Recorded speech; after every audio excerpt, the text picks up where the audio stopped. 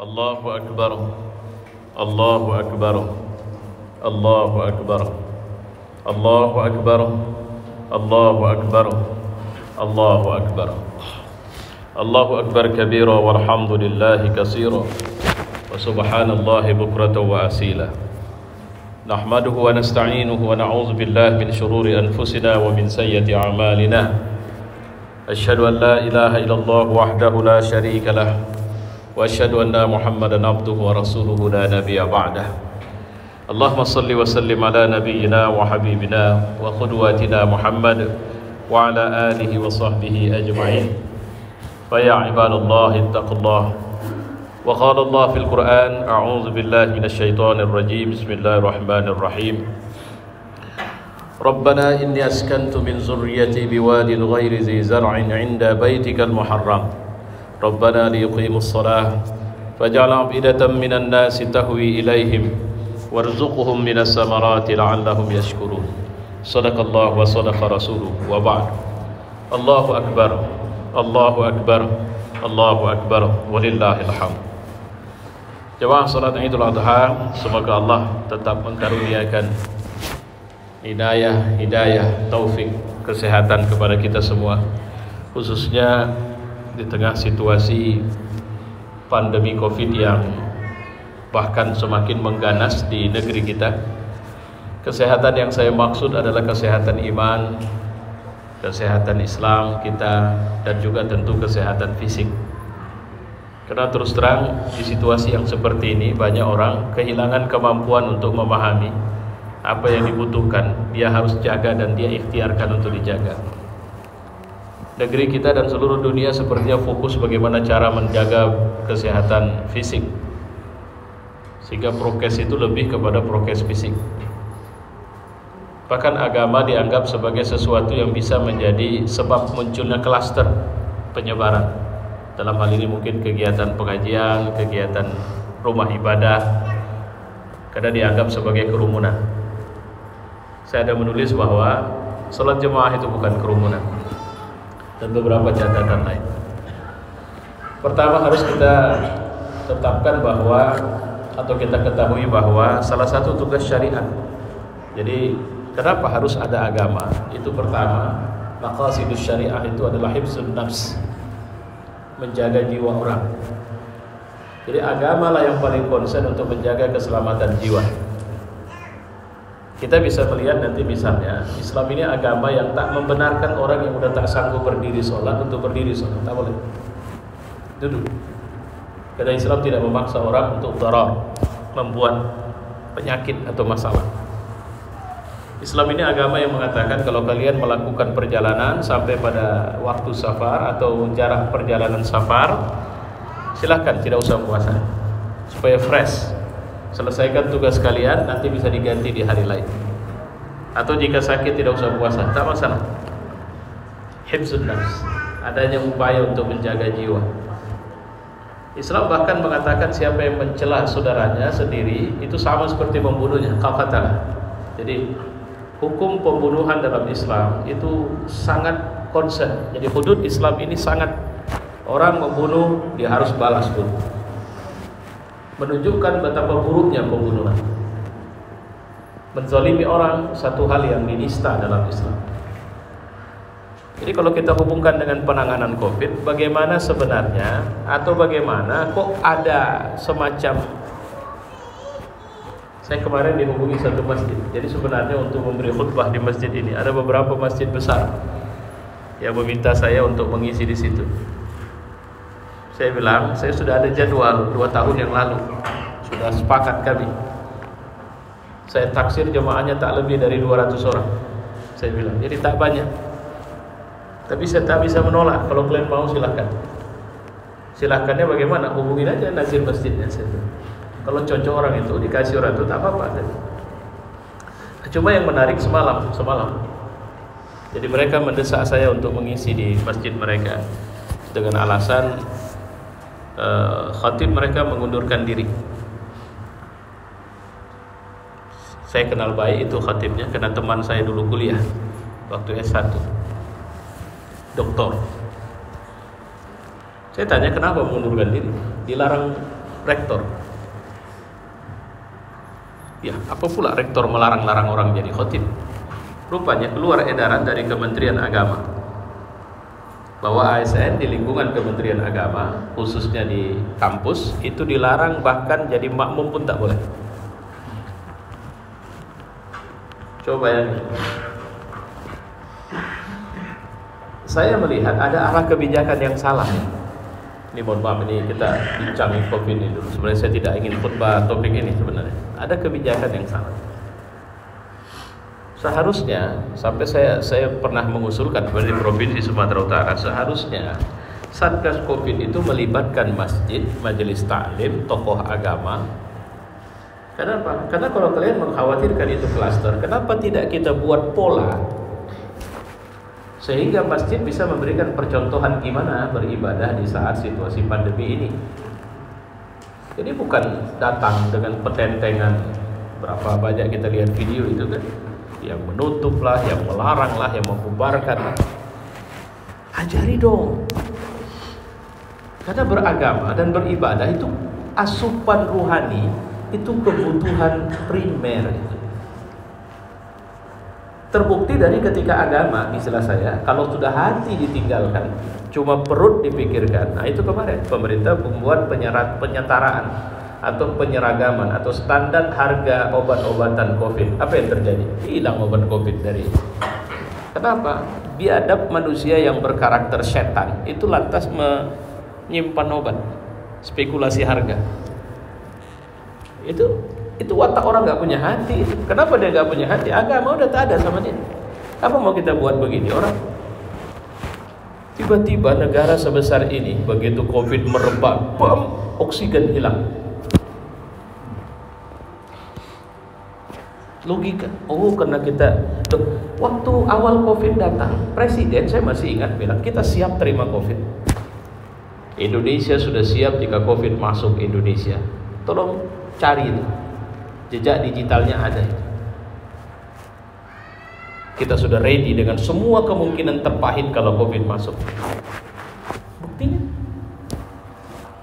Makanya bicara harus pakai hati. Hati itu agama di situ. Ini agama diusir-usir.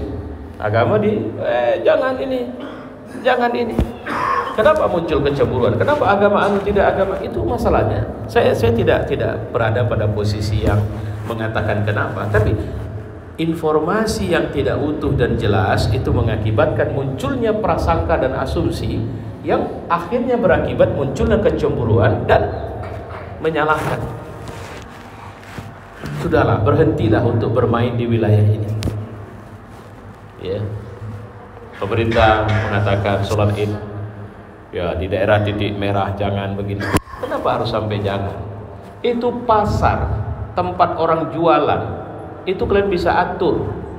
Mall bisa kalian atur berapa orang yang datang, bagaimana caranya, kalian bisa atur. Kenapa tiba-tiba masjid atau rumah ibadah suruh tutup? Kenapa nggak buat aturan yang juga membuat standar bahwa ini kebutuhan dasar? Beragama ini kebutuhan dasar. Itu maksud. Jadi kalau kita sudah seperti itu polanya, saya sampai bilang sesulit apapun masjid tidak boleh kehilangan azan 5 kali. Tidak boleh kehilangan sholat berjamaah. Persoalan imam tinggal sama makmum sebiji saja tak masalah. Tapi jangan sempat tidak ada sholat di situ. Kalau sudah tidak ada sholat, tutup, ganti aja sama gudang atau apa, terserah. Ngapain lagi? Jadi masjid ini wakaf, ini milik Allah. Gitu. Cuma kita juga nggak mau konyol. Saya bilang prinsip beragama tadi itu dia, mengajari kita untuk bagaimana yang paling utama menjaga supaya kita jangan mati atau hifzun nafs, menjaga nafs kita. Agama yang paling concern, bahkan sebenarnya ketika pertama awal COVID sudah ada upaya untuk lockdown, itu dibuat dalil agama. Ulama kita zaman awal sudah menuliskan itu. Imam Nawawi misalnya menceritakan ini. Bahkan ada satu buku menarik bagaimana goncangan sosial, ekonomi dan politik terjadi pada masa pemerintahan dinasti Umayyah ketika wabah merebak di negara mereka. Dan mereka mengatasinya. Sudah ada contoh. Tapi karena kita banyak orang-orang di tengah kita alergi sama agama, otaknya otak anti agama. Ini yang berbahaya. Tapi saya tak menyamaratakan. Ya, mudah-mudahan Allah mengangkatkan penyakit ini dari kita semua. Mudah-mudahan bersamaan dengan merebaknya penyakit ini, banyak pemimpin-pemimpin kita yang makin bertakwa. Ya, alhamdulillah beberapa orang tokoh-tokoh politik sudah ngingatin presiden, tolong dong pakai pendekatan kemanusiaan. Jangan marah-marah sama rakyat. Ini kadang sampai ada perempuan hamil dipukul Pak, ada kemudian disuruh tutup sampai tanya izin dagang dan sebagainya. Manusiawi dong. Kalau bicara perut kita sama-sama punya perut, cuma masalahnya kalian ngisi perut caranya gimana, kami caranya gimana. Tidak sedikit umat ini yang kalau tidak bekerja tak makan ya. Kalau memang kalian mau mereka tak bekerja, tak apa-apa, sisihkan harta kalian, keliling kalian ke rumah orang-orang susah itu, antar. Nah itu yang harusnya dipahami. Allahu Akbar, Allahu Akbar, Allahu Akbar, walillahil hamd. Jemaah yang mulia, saya ingin mengajak kita untuk merenungi kisah cinta Nabi Ibrahim alaihissalam. Nanti mungkin bisa melihat di jam 15 di TVRI Stasiun Medan. Saya sudah recording untuk materi ini walaupun terbatas ya. Yang saya maksud kisah cinta ini bukan cinta dia sama anak, sama istri, sama perempuan, tapi cinta dia sama Allah. Jadi ini cinta yang paling menarik. Bahkan Allah menyebut Nabi Ibrahim itu dengan sebutan Khalilullah. Khalil itu kekasih, akrab, dekat. Ibrahim ini orang yang sudah ditarbiyah oleh Allah dari sejak kanak-kanak. Ujian cinta pertama dia diasingkan oleh orang tuanya, tinggal di sebuah gua. Kenapa harus begitu? Karena negaranya waktu itu sangat antipati dengan anak laki-laki yang lahir. Mirip seperti kasus Nabi Musa alaihissalam. Di tempat itu maknya berapa kali mengunjungi, memberi bekal. Dia sering keluar malam, jangan keluar siang ya nak. Ya, maka malam dia keluar. Tengok malam ada bintang. Dia sudah tertarik dengan cerita Tuhan waktu itu. Maka dia bilang ini Tuhan. Kenapa? Luar biasa. Tapi bayangin bintang tidak satu. Jadi proses pencariannya dia menyebut semua bintang itu sebagai Tuhan. Saya pikir wajar karena ini petualangan rasional seorang. Tapi setelah dia lihat bintang itu terbenam, dia bilang apa? Enggak mungkin ini Tuhan. Masa Tuhan ada terbenam? Maka muncullah bulan, maka dia bilang ini pasti Tuhan. Karena lebih besar, lebih cantik, lebih bersinar. Tenggelam juga, dia bilang ini bukan Tuhan. Besok dia ngintip keluar, dia lihat matahari bersinar. Wah, ini pasti Tuhan. Ini karena lebih dari 3 ini, bintang, bulan, matahari. Sebenarnya filosofinya di mana? Filosofinya cahaya. Gelap itu akan hilang kalau ada cahaya, sekecil apapun cahaya itu. Cahaya itu bicara petunjuk. Allahu nurus samawati wal ardh. Allah lah cahaya langit dan bumi. Kalau sama sekali tidak ada cahaya, maka seorang yang punya mata sekalipun tidak akan bisa berjalan dengan baik. Quran menceritakan orang-orang munafik itu seperti apa? Yakadul barqu yakhtafu absarahum. Bahkan cahaya itu sampai mereka kira akan menyambar mata mereka. Ketika cahaya itu hidup mereka berjalan, ketika mati mereka berhenti. Suka tidak suka mereka perlu cahaya. Jadi persepsi dia tentang Tuhan adalah persepsi tentang cahaya yang menerangi kehidupan. Ketika akhirnya 3 cahaya ini tenggelam, maka dia mengatakan tidak ada satupun yang ini Tuhan. Tuhanku adalah yang menciptakan mereka. Aku beriman kepada Tuhan semesta alam. Keyakinan ini atau penemuan ini menjadi keyakinan bagi Ibrahim. Saat dia remaja, dia pulang ke kampungnya, dia melihat penduduk di kampungnya atau di negaranya itu penyembah berhala semua, politeis, banyak berhala. Dia kasih tahu penemuan dia, tak ada yang mau terima. Dia bicara sama ayahnya. Ayahnya bilang apa? Sempat kau teruskan kalimatmu Ibrahim, ku rajam kau nanti. Kau pikir aku tidak sayang kepadamu? Aku sayang, tapi kalau kau ributin Tuhan kami, ku bunuh kau. Kira-kira begitu. Akhirnya dia berhenti. Maka dia bilang apa? Inni bara, aku bara. Aku tidak punya hubungan kepadamu sampai kau beriman kepada Allah saja. Tidak ada hubungan, maksudnya apa? Hubungan ini. Jadi jangan masuk atau jangan bawa aku ke wilayah keimananmu yang salah itu. Dan dia lihat masyarakatnya hidup dengan tradisi. Jadi pedoman beragamanya adalah tradisi. Maka untuk melawan ini, dia sudah pikir ini gimana, kasih pengertian tidak bisa.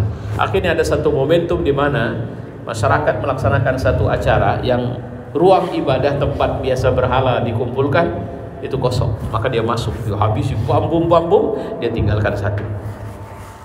Taruhnya kapak di situ. Terus kemudian orang pulang. Begitu tengok tempat ibadah hancur berantakan, otak mereka langsung mengatakan Ibrahim pasti. Kenapa? Alibi. Alibi mereka berangkat dari prasangka, bukan dari pembuktian. Mereka panggil Ibrahim. Pertanyaannya langsung, kenapa kau hancurkan ini? Ibrahim menjawab dengan alibi juga, tapi rasional. Maksudnya, ini kenapa kau hancurkan? Kalian ini gimana? Tengok baik-baik. Iya memang hancur, cuma kan ada yang nggak hancur. Dan yang nggak hancur tuh pegang kampak. Kenapa nggak tanya sama dia? Orang saya nggak di sini, apa ada yang nengok saya tadi ngancurin? Rupanya kan nggak ada kan? Tidak ada alasan untuk kalian menuduh saya. Mereka bilang, kami juga nggak orang tolol ya Ibrahim. Maksudmu? Apa mungkin patung bisa bicara? Apa mungkin patung bisa bergerak untuk kemudian menghancurkan yang lain? Nah, kalau nggak tolol, kenapa kalian sembah? Habis argumentasi mereka. Tidak bisa ngomong. Sejarah menunjukkan logika seperti ini selalu berhadapan-hadapan, sehingga kebenaran itu tidak bisa dipertahankan atau tidak bisa memberikan pewarnaan kepada ketidakbenaran ketika ketidakbenaran punya kekuasaan. Itu logika yang terjadi terus-menerus itu. Atau peristiwanya sama saja sampai sekarang. Ketika akhirnya mereka tidak mampu punya argumentasi baik untuk menghajar Ibrahim, maka kekuasaan yang bicara. Sudah bunuh saja Ibrahim. Di Indonesia ini ada yang terang-terangan keadilan, ketidakadilan atas nama keadilan, kekurang ajaran atas nama kebenaran. Itu dipertontonkan terus-menerus. Dan mereka tidak peduli. Bapak mau teriak apa? Silakan. Yang punya kuasa siapa? Saya kan. Kalau saya yang punya kuasa, ikut saya. Karena kebenaran adalah tafsir saya. Dan saya tidak bicara dari pendekatan mau saya bicara dari ketertiban. Itu yang dibilang oleh Fir'aun menghadapi Nabi Musa.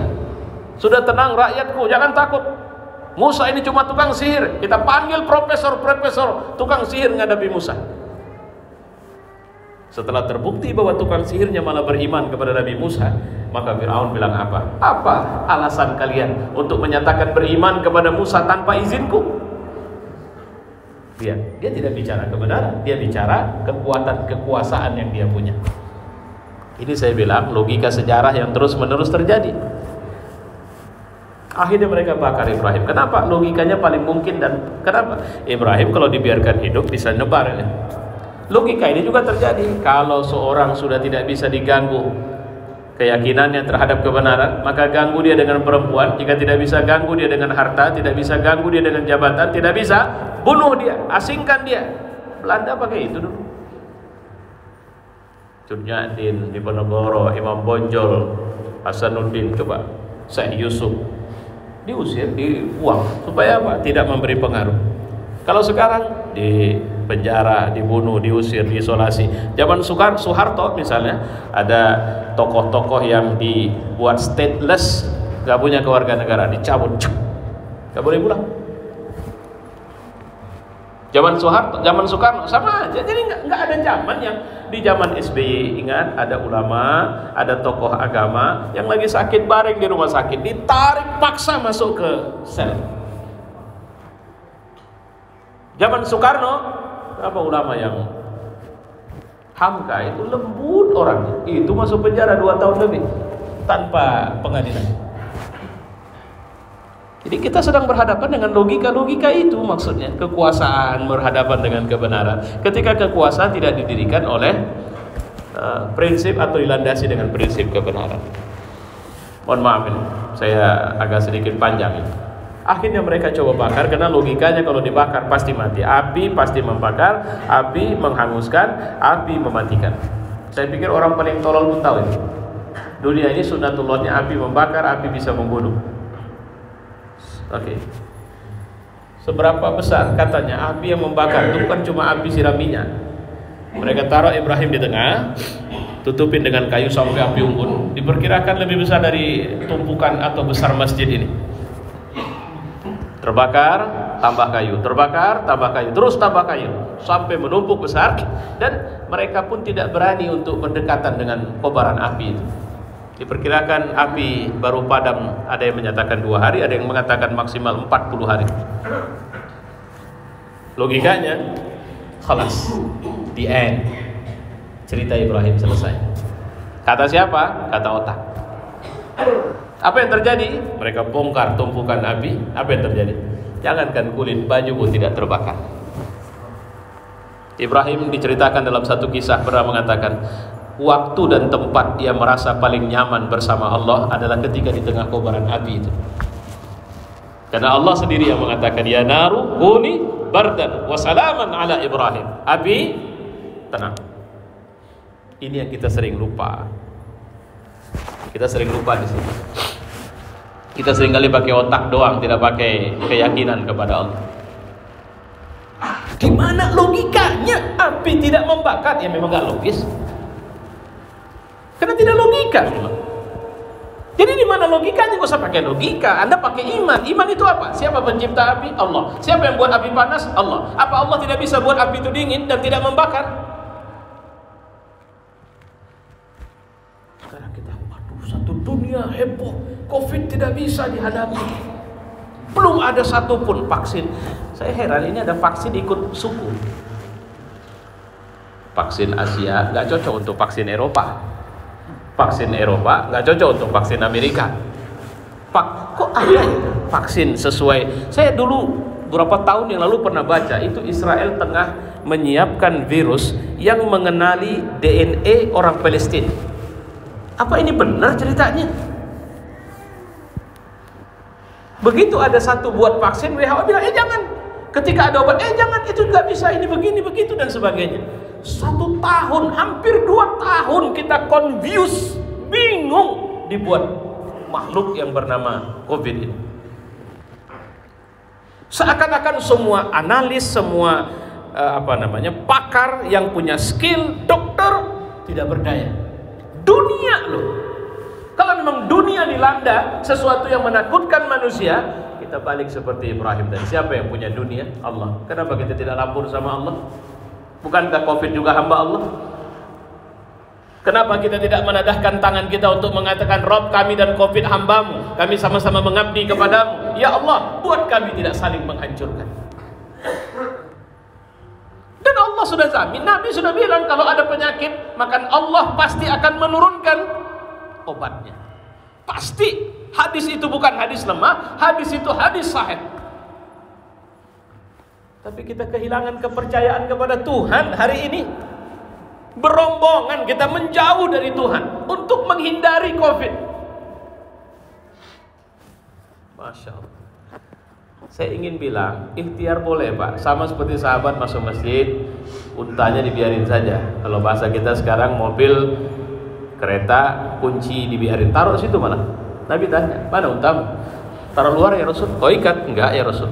Kenapa? Aku tawakal sama Allah. Keluar, cari untamu, ikat dulu, baru masuk masjid. Itu baru tawakal. Jadi bab tawakal itu bukan. Kenapa Ibrahim tidak melawan? Kan dia bisa buat ikhtiar. Ini yang cukup panjang kita Ibrahim bukan tidak melawan. Tapi yang pasti ujian cinta pertama, Ibrahim diusir dari negaranya. Kenapa? Mereka tidak tahu lagi mau buat apa untuk Ibrahim. Maka Ibrahim pun diusir. Dalam proses pengusiran, ini saya ringkas, Ibrahim punya istri kedua Hajar, karena sebab dia tidak punya anak, maka Allah memberikan anak Ismail. Ini ujian cinta kedua. Ini yang bahasa tadi yang kita baca ayat, aku telah meninggalkan anakku, istriku, keluargaku di lembah yang kering kerontang. Kita tahu betul posisi Ka'bah itu di lembah Bakkah. Bakkah ini semut pun tak ada di situ, karena panasnya luar biasa. Coba bayangkan bapak membawa istri dan anak ke satu tempat yang bukan tinggal, bukan udah begitu nyampe buatkan dangau tempat tinggal, buatkan rumah, kasih teh, enggak. Begitu sampai turun bekal, balik badan. Kemana? Ke arah Palestina. Hajar mengejar dari belakang. Panggil ini, mau kemana? Diam saja. Panggil. Berulang dipanggil sampai terakhir, apakah kau tinggalkan kami di sini atas perintah Allah? Maka dijawab, ya. Maka apa kata Hajar? Kalau begitu aku yakin Tuhan tidak akan membiarkanku tinggal di sini. Artinya tidak akan membuat aku terlunta-lunta atau merana di sini. Maka dia balik badan. Suami ke sana, dia balik ke sini. Saya dapat dari orang Mekah bahwa Syari' Ibrahim Al-Khalil, itu jalan Ibrahim yang paling besar dekat Mekah, itu dekat Masjidil Haram, itu disebut Syari' Ibrahim Al-Khalil. Itu kena sejarah Nabi Ibrahim berjalan dari Mekah menuju Mispalah. Disitulah berhenti Hajar untuk balik ke arah Mekah. Begitu Ibrahim hilang, dia sudah tidak ingat lagi, tidak mau peduli lagi, dia tinggal. Logikanya manusiawi. Manusiawinya apa? Tempat yang derajat di atas 40 derajat kalau siang hari itu kering kerontang, menyengat, perbekalan air habis, anak menangis, belum ada tenda, belum ada apa-apa. Hajar pun berpikir gimana cara cari air. Logika manusiawi, pergi ke bukit yang paling tinggi supaya bisa melihat semua arah. Kemana? Yang paling dekat dengan lembah Baka adalah Safa Marwah. Maka dia berlari antara Safa Marwah. Kenapa harus antara Safa Marwah? Karena di dua bukit yang paling tinggi. Begitu di atasnya bisa ngelihat kemana-mana. Kalau ada air pasti nampak. 7 kali tidak ada. Kenapa harus 7 kali? Karena pada waktu kali ke-7 dia melihat dari arah Bakkah kemilau air yang mulai keluar. Dahsyat bukan? Dia cari air antara Safa dan Marwah, setetes pun gak ada di sini. Tadi dia dari sana, begitu dia pada kali ke-7 di Marwah, dia tengok ke bawah, air sudah mulai muncul. Ini logika cinta kedua. Terkadang kita berpikir A, Tuhan membuatnya B. Terkadang ikhtiar kita di sini, rezekinya datang dari sini. Tapi kenapa Allah suruh kita berikhtiar? Karena itu manusiawi. Saya punya cerita menarik tentang seorang yang terkena kanker serviks. Masih hidup orang. Dokter sudah vonis operasi. Dia sudah takut luar biasa. Vonis operasi menuju jam atau waktu operasi, dia berdoa terus. Apa dia bilang? Dia panggil saya abang, bang. Sampai-sampai kalau hujan turun, yang ku tahu bahwa kalau sudah hujan turun itu makbul doa, maka aku berdoa dengan menangis terus menerus kepada Allah agar aku jangan operasi. Ketika hari H datang, dia dibawa oleh dokter, kemudian diperiksa. Dokter terkejut, tanya, apa yang ibu buat selama ini? Gak ada, dok. Saya cuma berdoa saja sama Allah supaya penyakit saya hilang. Ini penyakit ibu udah 0, tidak ada. Seperti orang tidak pernah kena penyakit ini. Orangnya masih hidup. Nanti kalau nggak percaya, rame-rame kita kesana. Atau saya kasih nomornya, silakan hubungin orang. Seorang ibu muda.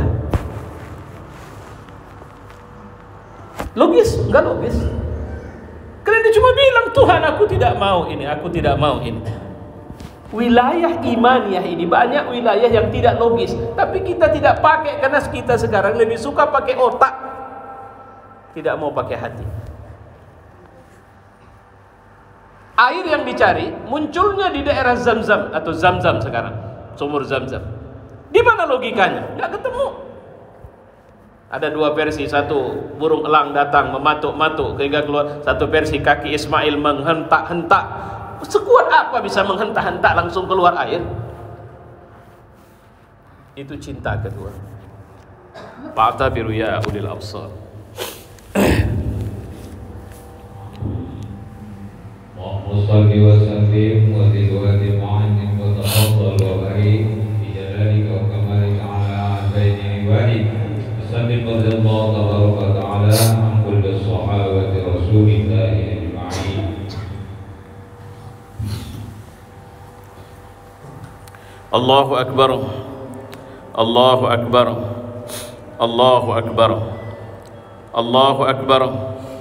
Allahu akbar. Allahu akbar. Allahu akbar. Nahmaduhu wa nasta'inuhu wa na'udzu billahi min shururi anfusina wa min sayyiati a'malina. Nusalli wa sallimu ala nabiyyina wa habibina wa qudwatina Muhammad wa ala alihi wa sahbihi ajma'in. Fa ya ibadallah, ittaqullah Wa qala Allah fil Qur'an, was'al man arsalna min qablika min rusulina aj'alna min dunir rahman alihah yu'badun. Tanyalah kepada rasul-rasul kami yang telah kami utus sebelum kamu, apakah kami menentukan Tuhan-Tuhan untuk disembah selain Allah yang Maha Pemurah? Allahu Akbar, Allahu Akbar, Allahu Akbar, walillahil hamd. Ujian terakhir ini paling puncak. Pertama, dia diuji cintanya terhadap negeri, dia lulus. Cinta terhadap anak istri, dia lulus. Secara spesifik, ketika orang tua jauh dari anak, rindu dia itu pada anak dahsyat. Tapi satu kali Allah malah suruh dia datang untuk menyembelih anak. Dalam surat As-Saffat diceritakan diskusi mereka. Ya budaya, ini panggilan orang-orang soleh terhadap anak. Wahai anak, inni ara fil manam an yazbahuka fanzur madza tara. Aku melihat dalam tidur. Aku melihat dalam tidur. An yazbahuka, aku menyembelih. Fanzur madza tara. Bagaimana pendapat? Inni ara fil manam, manam maknanya kepada sekian kali tidur, bukan sekali dua kali tidur. Ya, sekian kali tidur. Anaknya dahsyat. Dia mengatakan, ya abati fa'al ma tu'mar. Masya Allah. Dia tak memahami itu mimpi, tapi dia memahami itu perintah Allah. Ya ayah, laksanakan saja perintah Allah. If'al ma tu'mar. Apa yang diperintahkan kepadamu. Satajiduni insyaallah minas sabirin. Nanti kau akan temukan aku, insyaallah sabar. Saya tak mau panjang-panjang, saya cuma mau bilang, ini adalah pertemuan ayah dengan anak. Dan bahasa keimanan paling tinggi yang pernah terjadi antara seorang ayah dengan anaknya. Keimanan Ismail kepada Ibrahim, ayahnya yang juga Nabi, itu dibarengi dengan pembuktian dia tahu dari cerita ibunya bagaimana ayahnya dulu waktu kecil, bagaimana ayahnya meninggalkan mereka di lembah Bakkah yang sudah menjadi perkampungan dan sekarang menjadi kota yang dikunjungi orang setiap waktu. Maka dia mengatakan, if'al ma tu'mar. Ringkasnya, Ibrahim tak dapat bocoran dari Allah. Udah nggak apa-apa, kau laksanakan aja. Dan di tengah jalan ku ganti sama kambing. Tak ada. Kalau ada itu ya nyaman, mau berapa anak pun nggak masalah. Setelah tegas jawaban si anak, maka mereka mengambil posisi di satu tempat yang sekarang dikenal dengan sebutan Jabal Kurban. Maka kemudian ayah Ismail bilang, ayah tutup saja mataku, atau jangan melihat ke arahku, karena bisa jadi cintamu kepadaku muncul. Kenapa harus cintamu kepadaku muncul? Karena kau sedang menjalankan cintamu kepada Allah. Apa yang terjadi? Diceritakan bagaimana Ibrahim merasakan parang itu sudah menyembelih dan percikan darah sudah keluar dan menyerbu tangan bajunya. Dia melaksanakan itu dengan tenang. Tiba-tiba dia disentakkan dengan kalimat takbir yang sekarang kita lazimkan ini. Untuk kemudian dia terbangun dan bukan terbangun, terbelalak melihat, karena ternyata ini sembelih adalah kambing. Ismail di sebelah sana. Ini satu versi. Versi kedua, ketika sudah mulai prosesi, malaikat turun. Ibrahim, kau lulus. Ganti sama kambing. Sembelih kambing ini, jadikan ini hari raya. Maka beda ini, kurban ini bukan sasaran kurban itu untuk orang miskin, tidak. Ini hari raya cinta. Sembelih, makan. Sembelih, cari orang yang paling kau cinta, antarkan ke mereka. Dia orang kaya, antarkan. Karena kurban ini halal untuk orang kaya, untuk pejabat, untuk siapapun. Jadikan ini hari raya. Hari raya kurban, kalau saya memahaminya sekarang dengan demikian, adalah hari raya cinta kita kepada Allah. Maka kalau kita cinta sama Allah, cinta itu bukan pura-pura. Cinta harus dengan takwa. Takwa hahuna. Takwa itu di hati, kata Nabi. Di sini tempatnya. Ketika kita bicara dengan bahasa cinta ini, lihatlah Ibrahim. Ketika dia mengatakan, ya Tuhan, jadikan orang-orang tahwi ilaihim, cenderung kepada mereka, senang lihat mereka ini. Dan biarkan negeri di tempat aku menetapkan anakku ini adalah negeri yang dipenuhi dengan buah-buahan.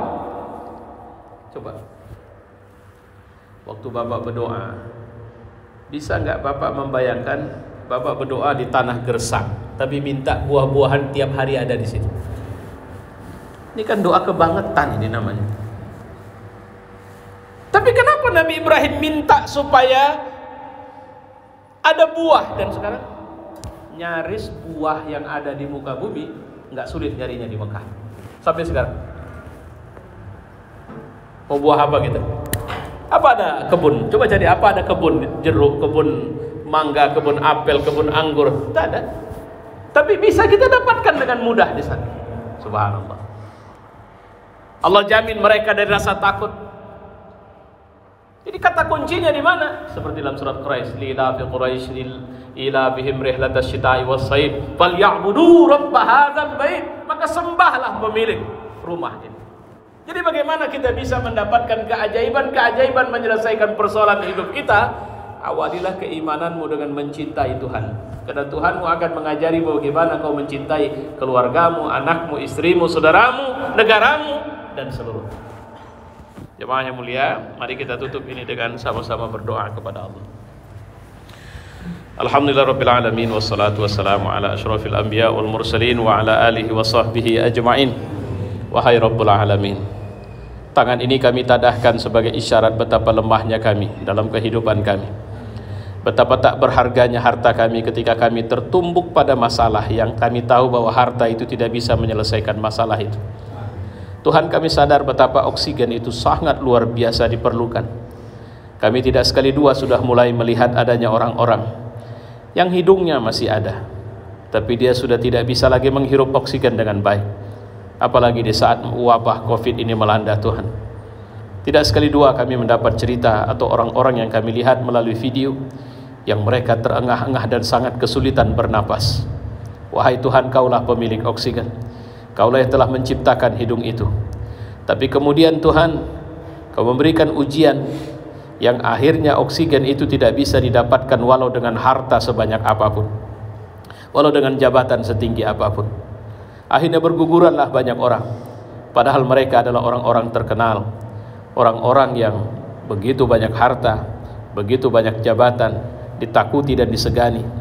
Tapi penyakit ini merenggut mereka satu demi satu. Ya Tuhan, penyakit ini sebenarnya mengantarkan kami pada halaman kehambaan, ketidakberdayaan kami. Kami menyerah kepadamu, wahai Tuhan. Jika penyakit ini datang karena sebab dosa kami, ampunkanlah kami, wahai Tuhan. Maafkanlah kami atas semua kesalahan kami, Tuhan. Jika penyakit ini datang karena sebab kezaliman pemimpin-pemimpin kami, maka kami minta kepadamu, ya Tuhan, keampunan karena sebab kami takut dan tidak berdaya untuk menegur kezaliman mereka atau menasihati mereka. Ya Tuhan, jika sebab penyakit ini datang dari karena zina yang merebak, karena narkoba yang begitu luar biasa, karena kenakalan dan kerusakan akhlak yang begitu luar biasa, inilah kami menyerah kepadamu, wahai Tuhan. Kami minta ampun kepadamu, kami minta maaf kepadamu, ya Tuhan. Janganlah Kau biarkan penyakit ini menjadi azab bagi kami.